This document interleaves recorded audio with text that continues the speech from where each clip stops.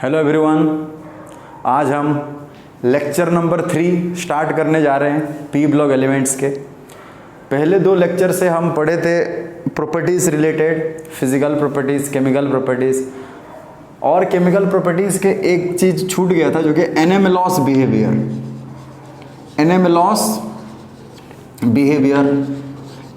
Behaviour क्या है? Abnormal behaviour. किसका ना? Period two elements. Period two elements बोले तो जैसे कि पीरियड 2 बोले तो लिथियम हुआ। ग्रुप 1 में हम देखेंगे तो लिथियम स्लाइडली डिफरेंट बिहेवियर दिखाता है, remaining elements of its group. Group 2 में बेरिलियम, उसी हिसाब से ग्रुप 13 में बोरॉन, ग्रुप 14 में कार्बन। तो वो जो एनामेलॉस बिहेवियर का रीजन क्या है, यानी कि कोई भी ग्रुप में जो टॉप प्लेस्ड मेंबर जो है वो स्लाइडली डिफरेंट बिहेवियर दिखाता है with respect to remaining elements of its group. जैसे कि ये ग्रुप 15 में जो थे nitrogen, phosphorus, arsenic, antimony, bismuth, moscovium, इसके बारे में तो हम नहीं पढ़ने वाले।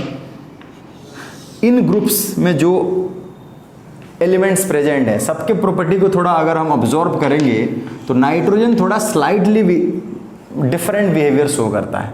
वो जो एबनॉर्मल बिहेवियर को एनामेलॉस बिहेवियर बोलते हैं। और ये एनामेलॉस बिहेवियर का रीजन क्या है? Due to small size. इसका रीजन क्या है? ड्यू टू स्मॉल साइज, यानी नाइट्रोजन का साइज रिमेनिंग एलिमेंट्स के साइज के कंपैरिजन में बहुत छोटा है। फिर high ionisation enthalpy. Of course down the group क्या होता है? साइज बढ़ने के कारण आयनाइजेशन एंथैल्पी घटता है। तो मैं अगर नाइट्रोजन का आयनाइजेशन एंथैल्पी रिमेनिंग एलिमेंट्स के साथ कंपेयर करूं तो नाइट्रोजन का आयनाइजेशन एंथैल्पी ज़्यादा होगा। फिर थर्ड वाला high electronegativity.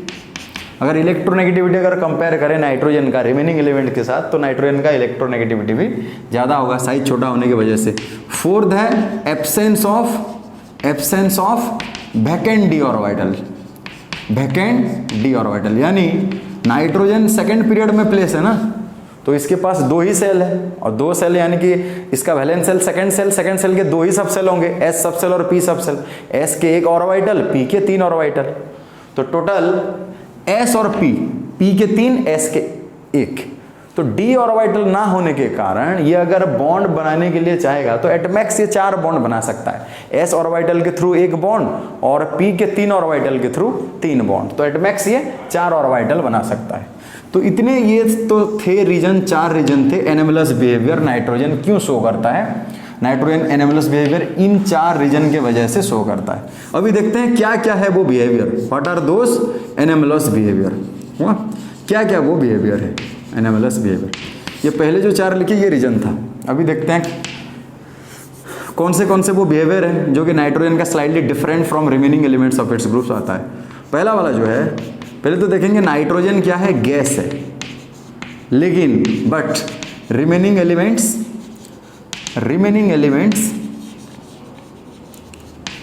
Of its group are solid. दूसरा वाला एटॉमिसिटी। नाइट्रोजन डाइएटॉमिक मॉलिक्यूल है, जबकि रिमेनिंग एलिमेंट जैसे फास्फोरस हुआ, आर्सेनिक हुआ, एंटीमनी हुआ, ये सब पॉलीएटॉमिक होते हैं। पॉलीएटॉमिक जनरली क्या है? टेट्राएटॉमिक होते हैं रिमेनिंग। अच्छा, नेक्स्ट जाएंगे थर्ड वाला। अगर ये 5 एलिमेंट के अगर रिएक्टिविटी को हम कंपेयर करेंगे तो नाइट्रोजन इज अनरिएक्टिव। नाइट्रोजन को हम बोलेंगे nitrogen unreactive at room temperature बोलते हैं हम। क्यों? ड्यू टू वेरी हाई, क्योंकि 2 नाइट्रोजन के बीच ट्रिपल बॉन्ड होता है, जबकि फॉस्फोरस मॉलिक्यूल में या फिर आर्सेनिक या फिर एंटीमनी उसमें सब क्या होता है? सिंगल बॉन्डेड सब होते हैं। और नाइट्रोजन जबकि ट्रिपली बॉन्डेड होता है तो उसका बॉन्ड डिसोसिएशन एंथैल्पी वैल्यू जो है वो बहुत ज़्यादा होता है। N2 is unreactive at room temperature. Why? Due to very high bond dissociation enthalpy. कितना है वो? तकरीबन 941.4 किलोजूल पर मोल है। N2 is whereas remaining elements of its groups of this group this group are reactive. ये तो simple है, reactive है, स्लाइडली मोर रिएक्टिव है। क्यों? क्योंकि उनमें एक ही बॉन्ड होता है और एक ही बॉन्ड आसानी से टूटेगा। फिर देखते हैं और क्या क्या है। देखो, nitrogen cannot expand it's covalency beyond 4, यानी जैसे फॉस्फोरस वगैरह, फॉस्फोरस, आर्सेनिक वगैरह, ये क्या करते हैं, मोर देन 4 बॉन्ड बना सकते हैं। जैसे अगर दे दिया R3P डबल बॉन्ड O, या फिर R3AS डबल बॉन्ड O, इसमें देखो ये पॉसिबल है, this can be possible, but R3N double bond O ये पॉसिबल नहीं है। इसका मतलब क्या है, R3 और ये R3 है ना, 3, यानी फॉस्फोरस यहाँ पे 3 R के साथ लगा है 2, यानी 5 बॉन्ड है। आर्सेनिक यहाँ पे 3 R ग्रुप के साथ लगा है, 2 ऑक्सीजन के साथ लगा है, 5 हुआ। नाइट्रोजन यहाँ पे 3 R और 2, ये नहीं हो सकता। क्यों? क्योंकि nitrogen can not form 5 bond due to absence of vacant d orbital. जैसे NCl5 एग्जिस्ट नहीं करता, जबकि PCl5 एग्जिस्ट करता है। और एक चीज़ क्या है, nitrogen can form p-pi bond with itself, ये चीज डिस्कस कर चुके हैं, and with other smaller atoms जैसे कार्बन हो गया, हाइड्रोजन हो गया, ऑक्सीजन हो गया, नाइट्रोजन हो गया, अच्छा, कार्बन, ऑक्सीजन एटसेट्रा। व्हेयरएज जो remaining elements of this group, whereas remaining elements, ये ग्रुप के जो remaining elements, they do not. क्यों? क्योंकि उनका साइज ज़्यादा होने की वजह से उनका जो ऑर्बिटल्स डिफ्यूज्ड होंगे, और ऑर्बिटल डिफ्यूज्ड होने से इफेक्टिव ओवरलैपिंग नहीं हो सकता। No effective overlapping takes place, no effective overlapping, यानी ओवरलैपिंग भी इफेक्टिव होना चाहिए, तब जाके बॉन्ड स्ट्रॉन्गर होगा या फिर बॉन्ड स्टेबल बॉन्ड फॉर्म होगा। तो साइज ज़्यादा होने की वजह से ऑर्बिटल्स जो है वो डिफ्यूज्ड होंगे, तो उनमें जो ओवरलैपिंग पॉसिबल नहीं होगा। ये था 5th वाला पॉइंट। 6th देखते हैं, जैसे कि नाइट्रोजन कभी D-pi-P-pi हो या फिर D-pi-D-pi कभी नहीं बना सकता, जबकि फॉस्फोरस, आर्सेनिक, अच्छा ये किसके साथ, विद मेटल्स के साथ ये कभी भी D-pi या फिर D-pi-D-pi और D-pi-P-pi नहीं बना सकता। जबकि phosphorus, arsenic, they can form D-pi-P-pi bond with metals के साथ ये लोग बना सकते हैं। जैसे कि हम बोलेंगे कि CH3 थ्राइस P, वाह, ये कोई मेटल के साथ बनाएगा, और जहाँ पे ये लोग लिगेंड के तौर पे एक्ट होते हैं। कैसे?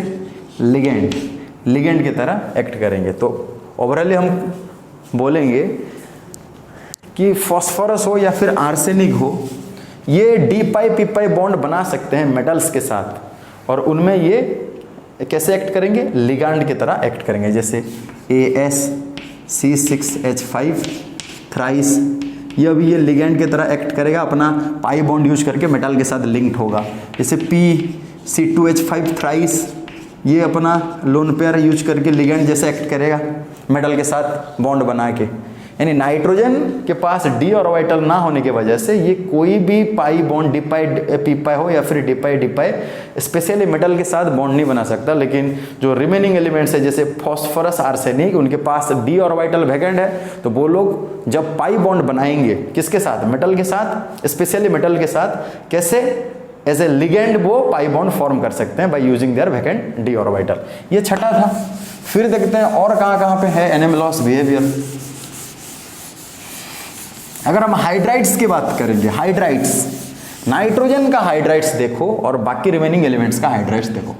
यानी NH3 सबसे मोस्ट बेसिक है, जबकि hydrides of remaining elements of this group, PH3 हुआ, ASH3 हुआ, या फिर SbH3 हुआ, BiH3 हुआ of this group are less, very less acidic, very less basic, sorry. और इसमें क्या होता है, हाइड्रोजन बॉन्ड होता है। तुम बोलोगे सर NH3 में हाइड्रोजन बॉन्ड है तो फोर्स ऑफ अट्रैक्शन थोड़ा स्ट्रॉन्गर है, but remaining hydrides of this group they possess van Waals force, they possess van Waals force between molecules, यानी दो PH3 मॉलिक्यूल के बीच वैन वाल फोर्स, दो SH3 के बीच वैन वाल फोर्स, जबकि दो NH3 molecule के बीच हाइड्रोजन बॉन्ड होता है। ये 7 हो गया। फिर 8th वाला देखेंगे, और कहाँ एनामेलस बिहेवियर ये शो कर रहा है। 8th वाले में अब देखेंगे, अगर ट्राई हैलाइड्स के बात किया जाए, एक्सेप्ट NF3 जो है हमारा NCl3 हुआ, NBr3 हुआ, NI3 हुआ, all the trihalides of except this, all trihalides of nitrogen, all trihalides of nitrogen are unstable, whereas the trihalides of remaining elements are stable in nature, जैसे PCl3 हुआ या फिर AsCl3 हुआ, हाँ, ये ट्राईहैलाइड्स स्टेबल होते हैं। तो यहाँ पे मैं 8 पॉइंट तुम्हें बता दिया कहाँ कहाँ पे एनामेलस बिहेवियर शो हो रहा है, और एनामेलस बिहेवियर शो करने का 4 रीजन भी बताया, और कहाँ कहाँ पे क्या क्या बिहेवियर एनामेलस है, मैं टोटल 8 पॉइंट तुम्हें मैं बता दिया। फिर देखते हैं हम यहाँ पे नाइट्रोजन के बारे में देखते हैं। किसके बारे में देखेंगे? नाइट्रोजन के बारे में, नाइट्रोजन मॉलिक्यूल के बारे में पढ़ेंगे थोड़ा, उसका प्रिपरेशन, उसका प्रॉपर्टीज, फिर ऑक्साइड्स ऑफ नाइट्रोजन वगैरह। तो नाइट्रोजन के बारे में थोड़ा देखेंगे, N2, अच्छा, डाई नाइट्रोजन प्रिपरेशन, इसके प्रिपरेशन प्रॉपर्टीज देखेंगे। प्रिपरेशन में नाइट्रोजन कैसे प्रिपेयर होता है, तो पहला मेथड जो है बाय ट्रीटिंग, देखो NH4Cl को जब Na-NO2 के साथ रिएक्ट करेंगे तो ये क्या बनेगा, खुद सोचो। ये NH4Cl, हाँ, तो ये NaCl एलिमिनेट हो जाएगा, और साथ में क्या बनेगा, NH4NO2। अब ये NH4NO2 को अगर हम हीट करेंगे, NH4NO2 को अगर हम हीट करेंगे तो क्या बनेगा, खुद बोलो। इसको मैं लिख सकता हूँ ऐसे, N2H कितना है 4O2, यानी N2 गैस निकल गया। अब यहाँ से खुद H4 है, O2 है, यानी 2 मॉलिक्यूल्स ऑफ वाटर, नाइट्रोजन निकल रहा है कि नहीं। तो ये फर्स्ट मेथड है, by heating ammonium nitrite we can get dinitrogen gas. दूसरा वाला बाय हीटिंग और you can say thermal decomposition of ammonium dichromate, thermal decomposition of ammonium dichromate. अच्छा, एमोनियम डाइक्रोमेट को भी तुम क्या कर सकते हो, हीट करके बना सकते हो। कैसे बनाओगे, देखो यहाँ पे अगर हम बोलेंगे ammonium dichromate NH4 whole twice Cr2O7, इसको अगर हम हीट करेंगे तो क्या हो रहा है, इसको अगर हम हीट करेंगे तो क्या हो रहा है, देखते हैं क्या हो रहा है। NH4, अच्छा, इसको अगर हम न्यूमेरिकली अगर लिखेंगे एक एक करके, N कितना है, 2 है, हाइड्रोजन कितना है, अच्छा, फिर क्या है, क्रोमियम 2 है, हाइड्रोजन 4 2 जा 8, और ऑक्सीजन 7। देखो N2 को तो हम निकाल लेंगे, ठीक है, फिर एक क्रोमियम का ऑक्साइड निकलेगा। क्रोमियम का ऑक्साइड्स कैसे होगा, Cr2O3, क्रोमियम का ऑक्साइड्स कैसे होगा, Cr2O3, क्रोमियम का +3, ऑक्सीजन का -2, तो यहाँ पे लिख लेते हैं Cr2O3। अच्छा, N2 चला गया, Cr2 चला गया, ऑक्सीजन का 3 चला गया, तो यहाँ पे क्या बचा, H8O4, यानी 4 वाटर, यहाँ बनेगा 4 वाटर। ये था हमारे पास दूसरा मेथड। क्या था, दूसरा मेथड। फिर तीसरा मेथड देखेंगे जिससे प्योर नाइट्रोजन मिलता हो, जिससे प्योर नाइट्रोजन। तीसरा मेथड क्या है, by thermal decomposition of azide salt बोले तो, जैसे अगर हम बेरियम अजाइड को अगर हीट करेंगे तो इसमें बेरियम अलग हो जाएगा और हमारे पास नाइट्रोजन, इससे जो नाइट्रोजन मिलेगा वो काफ़ी हद तक प्योर नाइट्रोजन होता है। अजाइड से जो नाइट्रोजन मिलता है वो काफ़ी हद तक प्योर होता है। अजाइड आयन पता है ना, N3-, ये अजाइड आयन है। इसको अगर हीट करेंगे तो सोडियम अलग, N2 अलग, इसको बैलेंस करेंगे तो ये 2, ये बन जाएगा हमारा 3, ये भी प्योर बन रहा है। ये तो 3 मेथड था, 3 मेथड बेसिकली जो कि हमारे NCERT में दिया गया है। इसको छोड़ के भी बहुत सारे मेथड्स हैं जो कि मैं और एक मेथड्स बता दूं तुम्हें, N2 कहाँ कहाँ हो रहा। 4th मेथड अगर देखेंगे, अगर NH3 को हम क्लोरीन के साथ ट्रीट करेंगे और वो भी एक्सेस में अगर ट्रीट करेंगे bye reacting NH3 access with Cl2, तो इसको एक्सेस लेने से ये अमोनियम का सॉल्ट बनाएगा, फिर अमोनियम का सॉल्ट बनाएगा, फिर क्या बनाएगा बोलो, N2 बनाएगा, नाइट्रोजन गैस बनेगा। ये चौथा मेथड ऑफ प्रिपरेशन है, ये चौथा मेथड ऑफ प्रिपरेशन है। हुआ?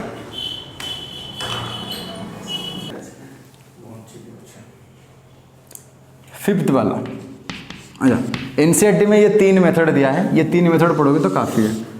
और मैं और 2 मेथड बता दे रहा हूँ, NH3Cl2 एक्सेस, NH4Cl2 और N2।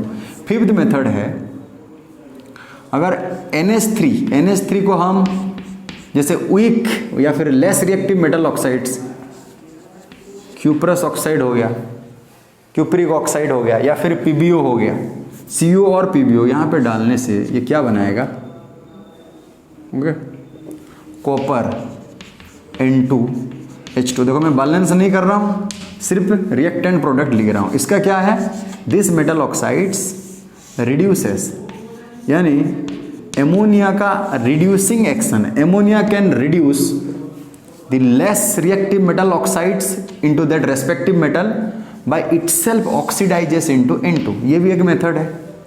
यहाँ पे NH3CO दिया है, अगर ऐसा दे देता NH3 प्लस PbO तो उसमें भी क्या होगा, PbO क्या होगा, ये Pb में कन्वर्ट हो जाएगा, ये N2H2O में हो जाएगा। यानी ये क्या हो रहा है, रिडक्शन हो रहा है +2 से, यानी the ammonia readily reduce the less reactive metal oxides into respective metal by itself oxidizes into N2। ये भी एक मेथड है। फिर 6 वाला बोलेंगे acidic hydrolysis of urea. Urea का फॉर्मूला है NH2CO NH2। इसको अगर हम HNO2 नाइट्रस एसिड के प्रेजेंट में रिएक्ट करेंगे तो ये हमारा बनाता है N2CO2 वाटर, यानी नाइट्रोजन यहाँ से निकलता है। वाह, तो ये था हमारा 6 मेथड ऑफ प्रिपरेशन। ओके, फिर हम पढ़ेंगे, अभी प्रॉपर्टीज पढ़ेंगे। प्रॉपर्टीज क्या क्या है प्रिपरेशन का, अच्छे से देख लेना। Properties of die nitrogen. तो प्रॉपर्टीज में फिजिकल प्रॉपर्टी उतना इंपॉर्टेंट नहीं है, फिर भी देखेंगे। फिजिकल प्रॉपर्टी में nitrogen is a colourless, odourless, tasteless, non toxic gas, वाह। और ये परमानेंट गैस है, डाई नाइट्रोजन जो है वो परमानेंट गैस है। तो इसका जो क्रिटिकल टेम्परेचर जो है, critical temperature the temperature above which A gas can not be liquefied. इसका क्रिटिकल टेम्परेचर बहुत लो होता है, वेरी वेरी लो। अब वेरी लो, जिसका क्रिटिकल टेम्परेचर लो होता है वो डिफिकल्ट टू क्या होगा, लिक्विफाई होगा। अच्छा, और क्या है, N2 जो है नाइट्रोजन के 2 आइसोटोप्स हैं। कितने आइसोटोप्स हैं, 2 आइसोटोप्स हैं, एक N14 और एक N15, एक है N14 और एक N15। At room temperature N2 is considered as unreactive. N2 is unreactive, क्यों, डाई नाइट्रोजन को अनरिएक्टिव इसलिए बोलते हैं, 2 नाइट्रोजन के बीच ट्रिपल बॉन्ड होता है और ये बॉन्ड को तोड़ने के लिए तकरीबन 941.4 किलो जूल पर मोल चाहिए। इतने मोल पे, इतने हीट देने से ही नाइट्रोजन के बीच जो ट्रिपल बॉन्ड है वो टूटेगा। वाह, तो ये नेक्स्ट था हमारा। फिर dinitrogen can readily react with metals. Metals के साथ रिएक्ट होकर क्या होता है, अभी हम यहाँ से केमिकल प्रॉपर्टी पढ़ लेंगे। केमिकल प्रॉपर्टी पढ़ लेंगे। केमिकल प्रॉपर्टी में देखते हैं किस किस के साथ रिएक्ट हो रहा है और क्या क्या बना रहा है। फिजिकल प्रॉपर्टी थोड़ा सा था, और एक सॉल्युबिलिटी अगर देखा जाए तो नाइट्रोजन का सॉल्युबिलिटी वाटर में वेरी वेरी लो है। Solubility of nitrogen in water very less. Very less क्यों है बोलो? वाटर जो है वो पोलर है और N2 जो है नॉन पोलर है, लाइक डिजल्व्स लाइक। इसी लिहाज से देखा जाए तो solubility of nitrogen is very very less. लगभग 23.2 ml 1 लीटर वाटर में डिजोल्व होते हैं, यानी solubility of water is very very less in water. Okay, तो ये तो था फिजिकल प्रॉपर्टी। फिर हम देखेंगे अपन केमिकल प्रॉपर्टी। केमिकल प्रॉपर्टीज में क्या क्या है? नाइट्रोजन के रिएक्शंस, किन किन के साथ नाइट्रोजन रिएक्ट हो रहा है। Nitrogen metals, nitrogen metals, metals यानी मोर रिएक्टिव मेटल्स के साथ, more reactive metals, more reactive यानी ग्रुप 1 और या फिर ग्रुप 2 मेटल्स के साथ ये आयोनिक नाइट्राइड देता है। क्या देता है? Ionic nitride. यानी नाइट्राइड तो देगा N-3 ऑक्सीडेशन स्टेट से, लेकिन वो जो नाइट्राइड्स फॉर्म होगा वो उसका नेचर जो है वो आयनिक कंपाउंड्स होगा। जैसे यहाँ पे लिथियम के साथ अगर हम N2 को ट्रीट करेंगे तो ये देगा Li3N। बैलेंसिंग कर लोगे, यहाँ पे 2 करने से यहाँ से 6 कर लोगे। सोडियम के साथ डाइनाइट्रोजन को ट्रीट करेंगे तो Na3N दे रहा है। ये ग्रुप 1 मेटल्स के साथ।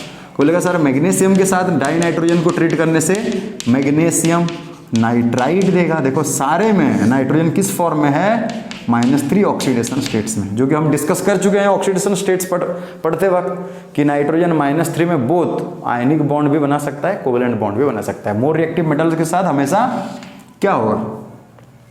वो आयनिक बॉन्ड ही फॉर्म करेगा। अच्छा, ये भी एक एनामेलस बिहेवियर में भी आ जाएगा, क्योंकि अगर हम ट्राई नेगेटिव आयन शो करने के टेंडेंसी अगर चेक करेंगे तो जो ग्रुप 15 के जितने मेंबर है, नाइट्रोजन के पास ज़्यादा टेंडेंसी होता है टू सोज -3 ऑक्सीडेशन स्टेट्स। क्यों? क्योंकि ये सबसे ज़्यादा मोस्ट इलेक्ट्रोनेगेटिव है। जबकि remaining elements down the group जाओ तो the tendency to shows tri negative oxidation states gradually decreases. Calcium के साथ N2 अगर रिएक्ट होगा तो वो क्या देगा? Ca3N2। ये सब जो है ये सब आयोनिक नाइट्राइड्स है, वो आयोनिक नाइट्राइड्स। तो द रिएक्शन विद मेटल्स। फिर देखेंगे रिएक्शन विथ ऑक्सीजन और रिएक्शन विथ, अच्छा reaction with hydrogen. Reaction with hydrogen, hydrogen के साथ क्या होगा? हाइड्रोजन के साथ N2 एक फेमस प्रोसेस है, हावर्स प्रोसेस। ये क्या बनाता है? 2NH3। इसका एंथैल्पी ऑफ फॉर्मेशन कितना होता है? -46.1 किलोजूल पर मोल। एंथैल्पी ऑफ फॉर्मेशन मतलब how much energy that has been released when 1 mole of a compound will be formed from its constituent elements, provided that the constituent elements should be in their most stable states। वो enthalpy of formation 1 मोल के लिए। लेकिन यहाँ पे 2 है तो इसको ये वाले वैल्यू को 2 से मल्टीप्लाई कर दोगे तो ये होल रिएक्शन के एंथैल्पी ऑफ रिएक्शन तुम्हें पता चल जाएगा। अच्छा, ये एक्सोथर्मिक होता है। डेलेस यहाँ पे दिख रहा है, एक्सोथर्मिक है। तो इसमें अगर हम ली चैटेलियर प्रिंसिपल अगर डालेंगे, ली चैटेलियर प्रिंसिपल के हिसाब से अगर देखेंगे तो एक्सोथर्मिक है तो एक्सपेक्टेड जो कंडीशन होंगे वो लो टेम्परेचर होना चाहिए और रिएक्टेंट से प्रोडक्ट जाते वक्त नंबर ऑफ मोल्स घट रहा है। तो अगर हम हाई प्रेशर अप्लाइड करेंगे तो जो प्रोडक्ट है उसका यील्ड जो है वो बढ़ेगा। ये कंडीशन किसके लिए है? To increase the yield of ammonia, to increase the yield of ammonia. लेकिन क्या हुआ कि हाई प्रेशर तो ठीक है, हाई प्रेशर तकरीबन 200 atm लिया जाता है लो टेम्परेचर पे, बट लो टेम्परेचर पे जो रिएक्शन जो है वो स्लो हो रहा, रिएक्शन स्लो हो रहा। क्यों स्लो हो रहा? Due to unreactive nature of, due to unreactive या फिर inertness of dinitrogen. Unreactive nature क्यों? क्योंकि इसका जो है bond dissociation enthalpy very very high होता है। जब उसके बॉन्ड टूटेंगे तब तो जाके क्या होगा? वो हाइड्रोजन के साथ रिएक्ट करेगा ना। बॉन्ड ही नहीं टूटेगा तो वो कैसे रिएक्ट करेगा? तो इसका ऑन रिएक्टिव नेचर की वजह से लो टेम्परेचर पे रिएक्शन स्लो होता है, और रिएक्शन अगर स्लो होगा तो जो एमोनिया जो प्रोडक्ट निकल रहा है उसका यील्ड उतना ज़्यादा नहीं हो सकता। इसलिए यील्ड को बढ़ाने के लिए ये वाला जो फैक्टर था, टेम्परेचर वाला फैक्टर, उसमें सुधार होता है। यानी कि हमारा जो फाइनल कंडीशन होता है वो हाई टेम्परेचर और प्रेशर अपना बरकरार रहेगा। हाई प्रेशर दोगे तब जाके ज़्यादा से ज़्यादा एमोनिया मॉलिक्यूल बनेंगे। क्यों? क्योंकि रिएक्टेंट से प्रोडक्ट जाते वक्त जो नंबर ऑफ मोल्स जो है वो घट रहा है, तो हमें हाई प्रेशर अप्लाई करना पड़ेगा। तो दो कंडीशन मिले हमें, high temperature and high pressure. वो टेम्परेचर तकरीबन कितना होता है? 773 केल्विन। ओके, तो हाई टेम्परेचर है। ये था रिएक्शन विथ हाइड्रोजन। ये वाले प्रोसेस को क्या बोलते हैं? हावर्स प्रोसेस बोलते हैं। और इसमें सब हमारा K2, Al2O3 वगैरह डाला जाता है ताकि इक्विलिब्रियम जल्दी अटेन हो सके। वाह, पहले तो क्या होता था? Fe एज ए कैटलिस्ट और उसमें molybdenum as a promoter use होता था, प्रोमोटर, और ये एज ए कैटलिस्ट होता था पहले।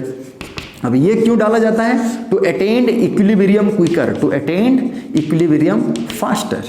ये था रिएक्शन विथ हाइड्रोजन। थर्ड वाला देखेंगे, रिएक्शन विथ ऑक्सीजन। ऑक्सीजन के साथ N2 और O2। देखो इसका भी बॉन्ड डिफ्यूजन एंथैल्पी हाई है, तकरीबन 946, और डाई ऑक्सीजन का भी bond diffusion enthalpy very very high है, 463 पॉइंट समथिंग 5 है। तो ये दोनों का जो रिएक्शन है वो always takes place at very very high temperature, 2000 kelvin, तब जाके ऑक्साइड्स मिलेगा। तो अभी ये वाला चैप्टर, ये वाला पोर्शन खत्म होते ही डिस्कस करेंगे डिफरेंट ऑक्साइड्स ऑफ नाइट्रोजन, तब हम देखेंगे। Reaction with calcium carbide, reaction with calcium carbide जो कि इंपॉर्टेंट रिएक्शन है। कैल्शियम कार्बाइड के साथ ये कैसे रिएक्ट कर रहा है? तो अगर हम कैल्शियम कार्बाइड को नाइट्रोजन के साथ रिएक्ट करेंगे तो हमें क्या मिलता है? सियानामाइड। क्या मिलता है?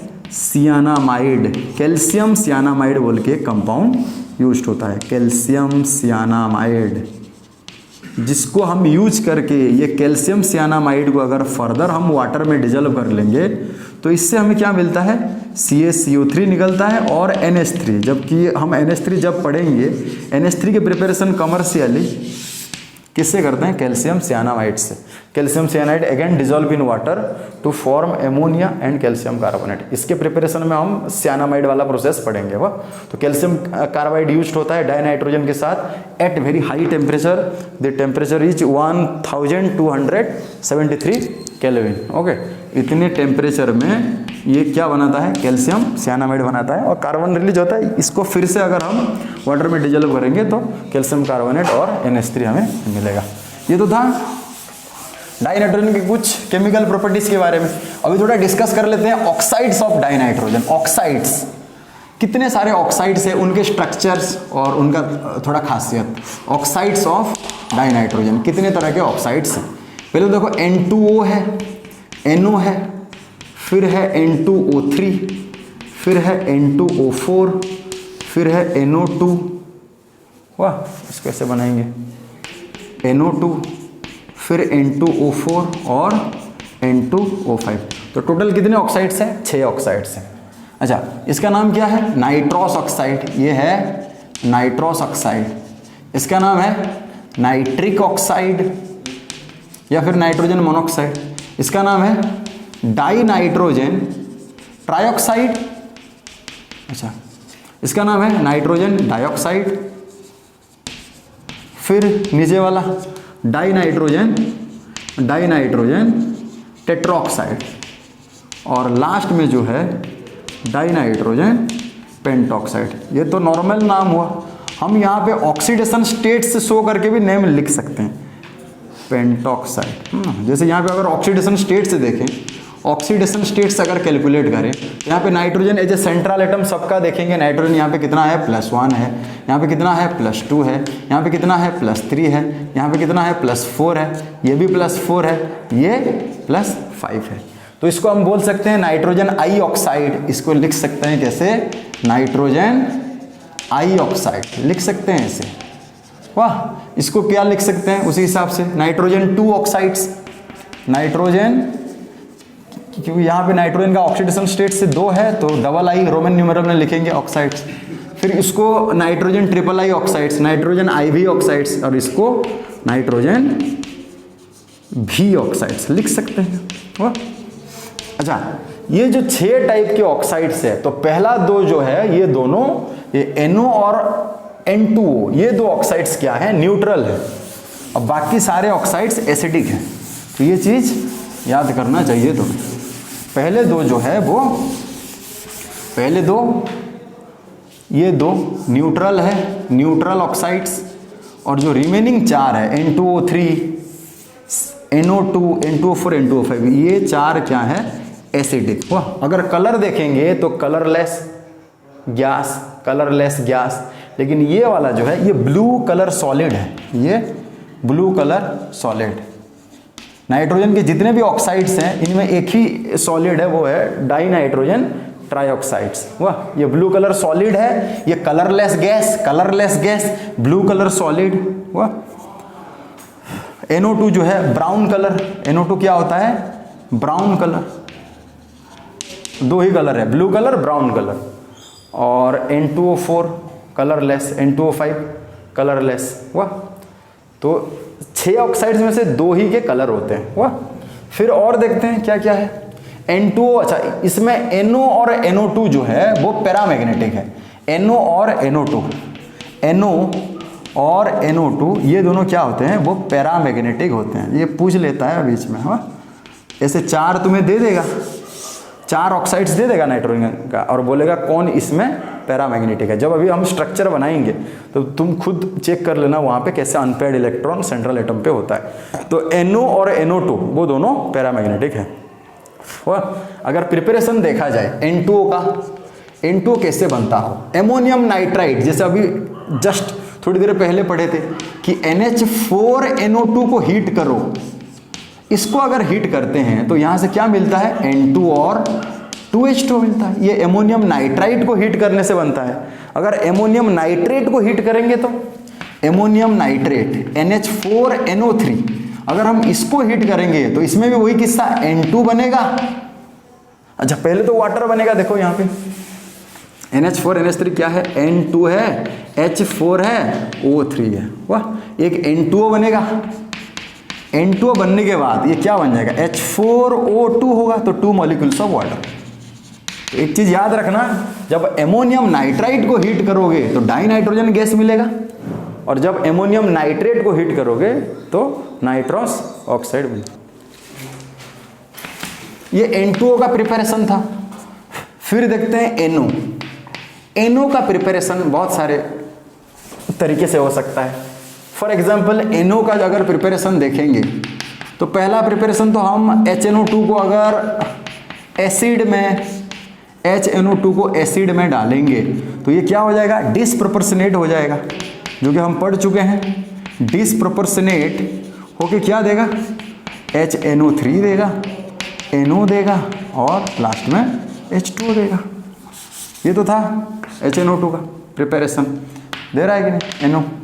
या फिर और एक तरीके से हो सकता है, NaNO2 को अगर हम FeSO4 in presence of H2SO4 ferrous sulphate in presence of acid में डालेंगे तो ये क्या बनाएगा, ferrous will gets oxidises to ferric. Okay, और ये बन जाएगा हमारा NaHSO4। फिर क्या बनेगा, NO प्लस H2 बन रहा है कि नहीं, नाइट्रोजन मोनोऑक्साइड बन रहा है। मैं बैलेंस नहीं किया हूँ, सिर्फ लिख रहा हूँ कौन से प्रोडक्ट। फेरस फेरिक में कन्वर्ट होगा, और यहाँ पे जो नाइट्रोजन जो है वो नाइट्रोजन मोनोऑक्साइड में आ जाएगा। ओके, यहाँ पे नाइट्रोजन कितना था, +3 में था। ओके, और यहाँ पे आ गया +2 में आ गया। ओके, तो ये रिड्यूस हुआ, और जो फेरस जो है वो ऑक्सीडाइज हो गया फेरिक में। तो ये तो NO का था। फिर क्या हुआ, N2O3। N2O3 कैसे बनेगा, N2O3 कैसे बनेगा, N2O3 डाई नाइट्रोजन ट्राइऑक्साइड। तो इसमें क्या होगा, NO को जब हम N2O4 के साथ रिएक्ट करेंगे तो ये हमारा क्या बनाएगा, N2O3। ये N2O3 जो है वो ब्लू कलर सॉलिड है, इसमें तुम बैलेंस कर लेना, बैलेंसिंग करके पा लेना क्या हो रहा है, डाई नाइट्रोजन ट्राइऑक्साइड। फिर देखते हैं क्या है, NO2। NO2 कैसे बनता है, NO2 का प्रिपरेशन क्या होगा, लेड नाइट्रेट को अगर हीट करेंगे तो इसमें से क्या होता है, PbO फिर NO2 और फिर O2 निकल रहा है, NO2 निकल रहा है। ये NO2 का प्रिपरेशन हो गया। फिर जो है N2O4 को क्या करेंगे, NO2 को अगर कूल करेंगे तो ये N2O4 में तब्दीली हो जाएगा, इसको हीट करने से होता है। NO2 को कूल करने से N2O4 यानी इक्विलिब्रियम में ये दोनों रहते हैं N2O4। वाह। फिर आ गया हमारा N2O5। N2O5 का प्रिपरेशन कैसे होता है, तो N2O5 का प्रिपरेशन होगा, कैसे होगा, जब नाइट्रिक एसिड्स को हम किसके साथ ट्रीट करेंगे, फॉस्फोरस पेंटॉक्साइड के साथ। जब नाइट्रिक एसिड्स को हम किसके साथ ट्रीट करेंगे, फॉस्फोरस पेंटॉक्साइड्स के साथ, तो नाइट्रिक एसिड्स किस में कन्वर्ट हो जाएगा, और ये फॉस्फोरस के साथ रिएक्ट होकर HPO3, ये क्या दिया, मेटाफॉस्फोरिक एसिड, बाद में जाके हम पढ़ेंगे मेटाफॉस्फोरिक, और along with this metaphosphoric acid will get N2O5। वाह, N2O5। और N2O5 जो है वो ये वाले फॉर्म में रहता है, NO2 प्लस NO3 माइनस, ये फॉर्म में एग्जिस्ट करता है, सॉलिड वाला।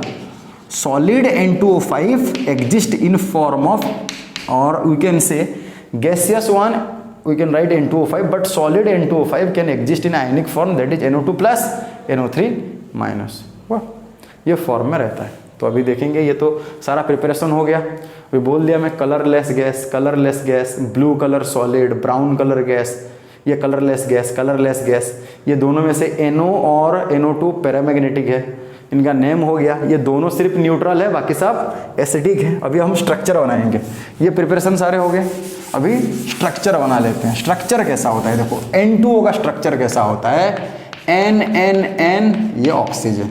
वाह, लीस्ट डॉट स्ट्रक्चर करने के लिए चाहोगे तो नाइट्रोजन के पास 5 इलेक्ट्रॉन होता है, कितने, 5 इलेक्ट्रॉन। ये दोनों के बीच 3 बॉन्ड बना दो, 3 बॉन्ड बनाने से क्या हो जाएगा, ये 3 बॉन्ड हो गया, इसके पास 2, इसके पास 2, और एक ऑक्सीजन है। तो अगर ये ऑक्सीजन के साथ 2 बॉन्ड बनाता है, एक इलेक्ट्रॉन शेयर करके, तो वो 5 बॉन्ड हो जाता है, इस तरफ 3, उस तरफ 2, 5। लेकिन नाइट्रोजन कभी 5 बॉन्ड नहीं दिखाता, एक ही बॉन्ड बनाएगा, और वो भी कोऑर्डिनेट वाला। तो ये कैसा हो जाएगा, ऐसा हो जाएगा, यानी यहाँ पे। और इसका तुम अभी रेजोनेंस बना सकते हो। कैसे रेजोनेंस बनाओगे, ये अगर यहाँ पे आ जाएगा तो ये इधर चला जाएगा, तो इसका रेजोनेंस बनाएंगे N डबल बॉन्ड O। ये हो गया हमारा स्ट्रक्चर N2O का, इसका N2O का स्ट्रक्चर। फिर NO का देखते हैं। NO में क्या है बोलो, NO में ये 5 वैलेंस इलेक्ट्रॉन, ऑक्सीजन का 6 वैलेंस इलेक्ट्रॉन। तो ये एक दिया, ये एक दिया, एक दिया, एक दिया, तो ऐसा होगा। तो क्या बन जाएगा हमारे पास, डबल बॉन्ड हो जाएगा। और ऑक्सीजन के पास तो सही है, पेयर 2 2 4 हो गया। इसके पास कितना हो जाएगा बोलो, इसके पास क्या हो जाएगा, 3 है। तो 3 नंबर ऑफ इलेक्ट्रॉन यानी अनपेयर्ड इलेक्ट्रॉन, या फिर मैं बोलूँ ऑड नंबर ऑफ इलेक्ट्रॉन। और ऑड नंबर ऑफ इलेक्ट्रॉन, ये मॉलिक्यूल को ऑड नंबर इलेक्ट्रॉन भी हम बोल सकते हैं। अभी तो ये नाइट्रोजन के पास रहा, अभी इसको ऐसे भी हम बना सकते थे। इसका अगर रेजोनेंस करेंगे तो एक बॉन्ड यहाँ पे दे के इसको बना सकते हैं। कैसे कि चलो इसको बनाएंगे N डबल बॉन्ड O, और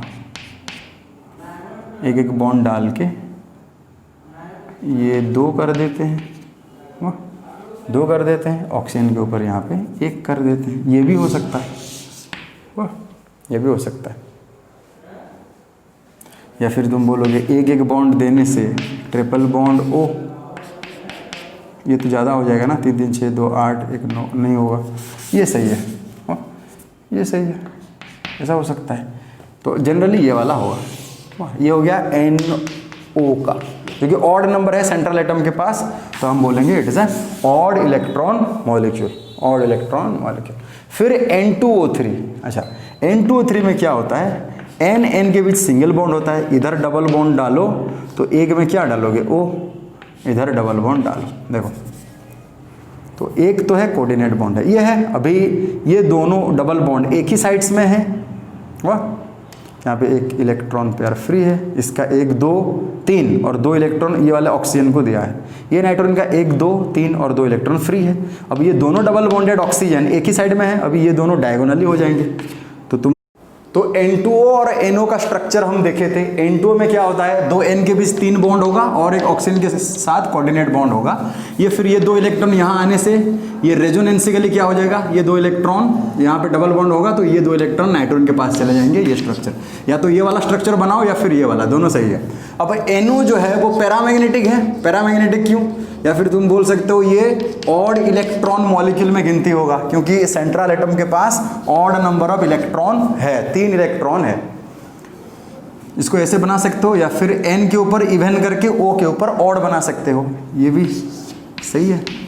इसको ऐसे बना सकते हैं N डबल बॉन्ड O, यहाँ पे अगर रेजोनेंस हुआ तो ये बन सकता है हुआ। फिर N2O3, अच्छा ये गैस था, दोनों न्यूट्रल थे, ये पैरामैग्नेटिक। ओके, अब N2O3 क्या है, ये ब्लू कलर का सॉलिड होता है।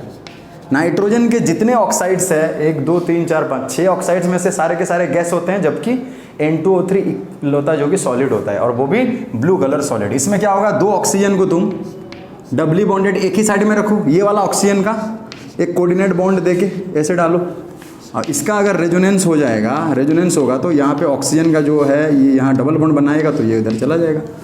अब इसका स्ट्रक्चर कैसा हो जाएगा, अभी double bonded oxygen atom trans molecule की तरह डायगोनली प्रेजेंट होंगे, तो ये एक फॉर्म हो गया, ये एक फॉर्म हो गया। यहाँ पे ये वाला नाइट्रोजन के 5 इलेक्ट्रॉन इन्वॉल्व हैं, 3 इलेक्ट्रॉन कोवेलेंट बॉन्ड में और 2 इलेक्ट्रॉन कोऑर्डिनेट बॉन्ड में, जबकि ये वाला नाइट्रोजन के 2 इलेक्ट्रॉन कोवेलेंट बॉन्डेड है ऑक्सीजन के साथ और 1 इलेक्ट्रॉन नाइट्रोजन के साथ कोवेलेंट बॉन्डेड है। वाह, तो N2O3 के 2 स्ट्रक्चर बनेंगे, रेजोनेटिंग स्ट्रक्चर। फिर देखते हैं चौथा वाला NO2 भी क्या है रे, ये भी पैरामैग्नेटिक है, ये भी पैरामैग्नेटिक है। अब पैरामैग्नेटिक है और ये भी ऑड इलेक्ट्रॉन मॉलिक्यूल है। कैसे देखेंगे, ऑड इलेक्ट्रॉन मॉलिक्यूल। NO2 में नाइट्रोजन का मैं 5 वैलेंस इलेक्ट्रॉन ले लिया, ऑक्सीजन का 6 वैलेंस इलेक्ट्रॉन और एक ऑक्सीजन 6। अब NO2 जिसका बन जाएगा वो N2O4 यानी 2 N2O4 बनाएंगे, इजीली बन जाएगा, क्योंकि NO2 को कूल करोगे तो N2O4 होगा, N2O4 को हीट करोगे तो NO2 होगा। NO2 ब्राउन कलर का गैस होता है वह। तो ये वाला ऑक्सीजन के साथ सपोज एक इलेक्ट्रॉन और एक इलेक्ट्रॉन और एक इलेक्ट्रॉन, 2 इलेक्ट्रॉन शेयर करके डबल बॉन्ड बना दिया। ओके, फिर इस तरफ अगर आएगा तो नाइट्रोजन अगर ये वाले ऑक्सीजन के साथ भी अगर 2 इलेक्ट्रॉन शेयर करके डबल बॉन्ड बनाता तो नाइट्रोजन के टोटल इलेक्ट्रॉन कितने हो जाते, 2 2 4 2 6 2 8 1 9, जो कि गलत है। तो यहाँ पे क्या होता है, इसलिए नाइट्रोजन क्या करता है, जो दूसरे वाला ऑक्सीजन के साथ वो कोऑर्डिनेट बॉन्ड बनाएगा, ताकि ये कोऑर्डिनेट बॉन्ड ये अपने 2 इलेक्ट्रॉन देके इसके साथ बॉन्ड बनाएगा। तब क्या हो जाएगा बॉन्ड, ये ऐसा हो जाएगा। यानी एक ऑक्सीजन के साथ 2 कोवेलेंट बॉन्ड होगा और एक ऑक्सीजन के साथ एक कोऑर्डिनेट बॉन्ड होगा।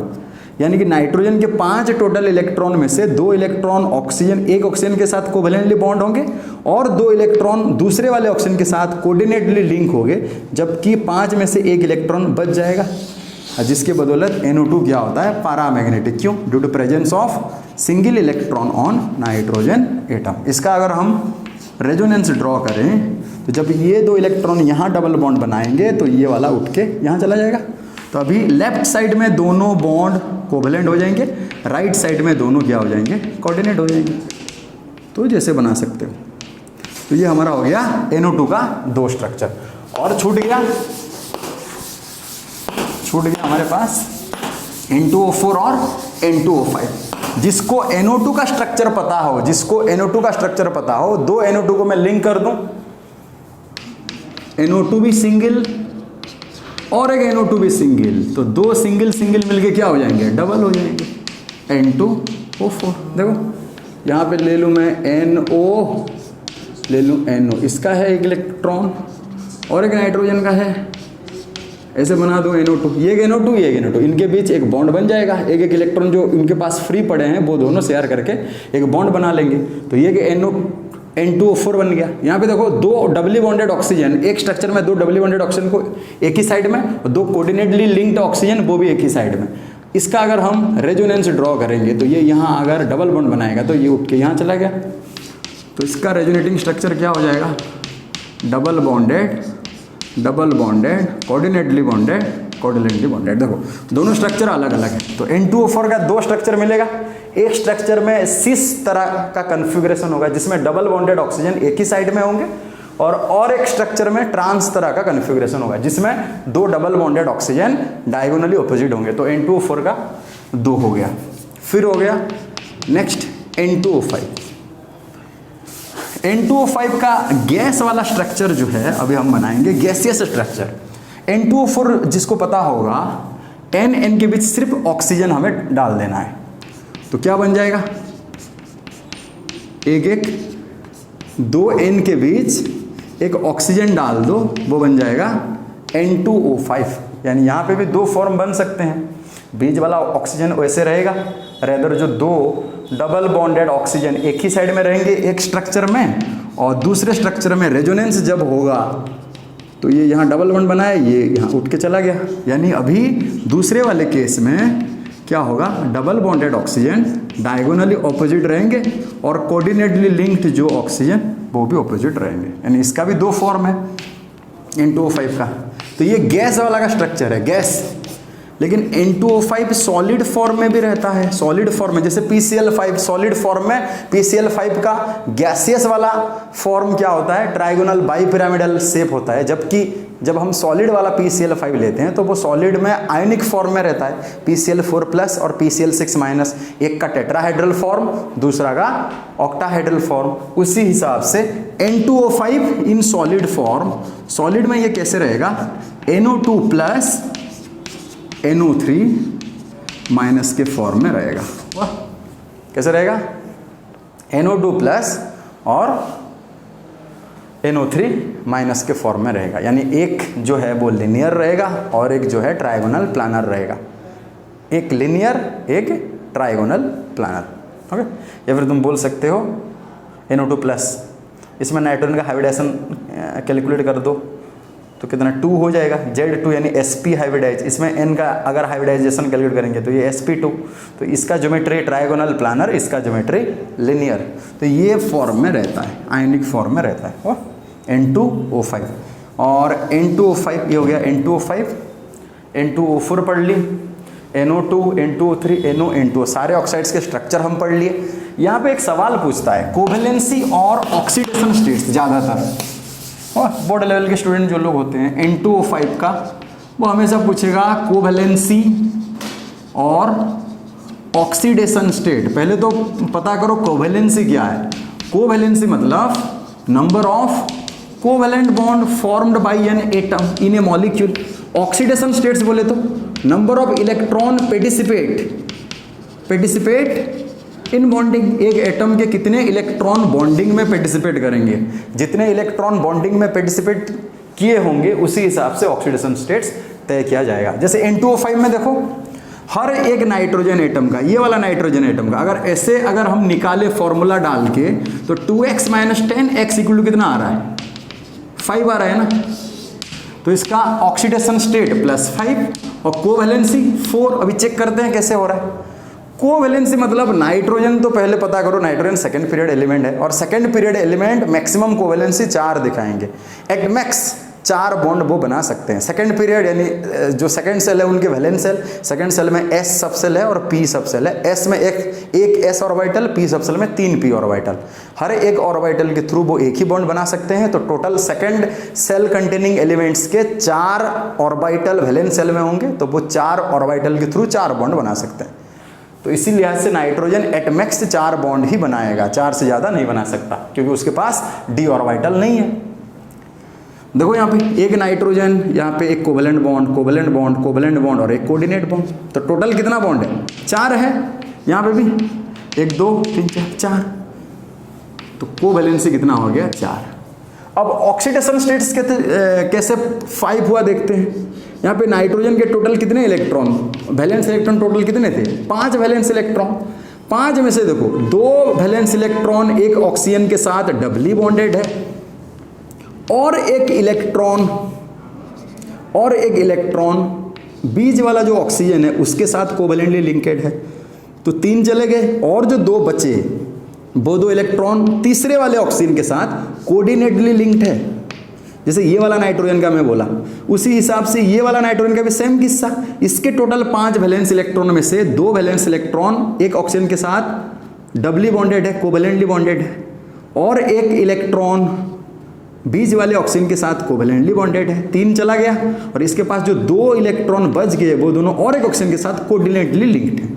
तो यहाँ पे ये वाला नाइट्रोजन हो या फिर ये वाला नाइट्रोजन हो, दोनों नाइट्रोजन के सारे वैलेंस इलेक्ट्रॉन बॉन्डिंग में पार्टिसिपेट किए हैं। और ऑक्सीडेशन स्टेट्स बोले तो किसी भी मॉलिक्यूल में एक एटम के कितने इलेक्ट्रॉन बॉन्डिंग में पार्टिसिपेट किए हैं।